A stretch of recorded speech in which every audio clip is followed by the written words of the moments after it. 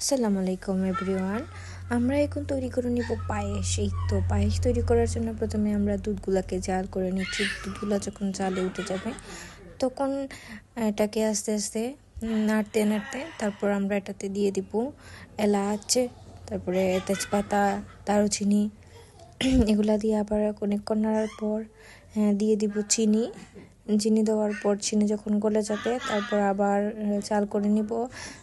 এরকম চাল উঠতে উঠতে তারপর এটাতে দিয়ে দিব আমরা চিনি গুঁড়া, চাল আর ভিজিয়ে রাখা সাবুদানা। চিনি গুঁড়া চালটা অনেকক্ষণ ভিজিয়ে রাখার ফলে সকাল থেকে ভিজিয়ে রেখেছি প্রায় 4 থেকে 5 ঘন্টা, তাই এটাকে আর কোনো বিট করতে হয়নি। আর যদি সাথে সাথে দিয়ে দিতে হয় তাহলে একটু ব্লেন্ডারে বিট করে নিলেই হবে। একটা বিট দিলেই হবে বা পাটাতে পিষে দিলে আরও বেশি ভালো হয়। তারপর এটাকে দেওয়ার পরে আস্তে আস্তে নেড়ে নেড়ে সিদ্ধ করে নিব। তারপরে এই তো ঘিতে বেছে কিশমিশ আর বাদামগুলো দিয়ে দিচ্ছি আবার। তারপর আস্তে আস্তে সিদ্ধ হওয়ার পর চালগুলো কিশমিশ সব একসাথে মিশে তারপর তৈরি হয়ে যাবে মজাদার ঘরোয়া পায়েস। পায়েসটা খেতে কিন্তু অনেক স্বাদ হয়েছিল। এই যে আমাদের পায়েস।